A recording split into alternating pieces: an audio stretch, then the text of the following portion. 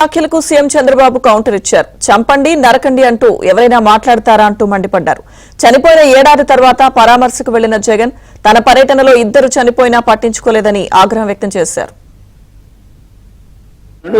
ఏ జాతరలో గంగమ్మ జాతరలో పొట్టేళ్ళు తలలు నరికినట్టు రపా రపా అని నరుకుతానని చెప్పి ఆయన అంటారంటే దాని అర్థమైంది. మరి చంద్రబాబు నాయుడు అనే వ్యక్తి ఇంత మోసం చేస్తా ఉన్నాడు కాబట్టి ప్రజలు అంత కోపాన్ని చూపిస్తా ఉన్నారు. అందులో వాళ్ళ కార్యకర్తనే వాళ్ళ నుంచి మారి వైసీపీలోకి వైసీపీ కార్యక్రమంలో పాలు పంచుకుని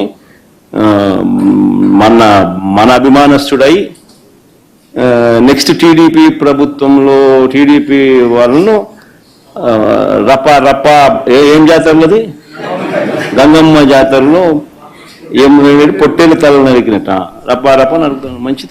మంచిదిగా అందుకే క్రిమినల్స్ ఎప్పుడు కూడా క్రిమినల్ బ్రెయిన్సే పనిచేస్తూనే ఉంటాయి. వాళ్ళకు నరికేస్తాం, చంపేస్తాం, రఫాడతాం,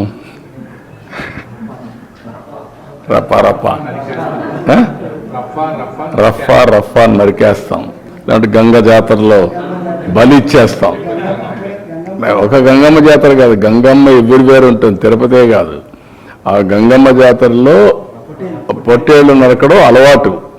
ఏ ఊరికి ఆ ఊరు ఇది ఇస్తారు, బలిస్తారు, పశువులు బలిస్తూ ఉంటారు.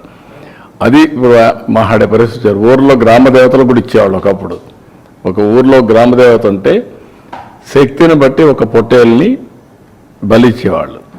అప్పుడు అది పెద్ద ఫంక్షన్ చేసేవాళ్ళు ఊర్లలో. మేము చిన్నప్పుడంతా చూసాం.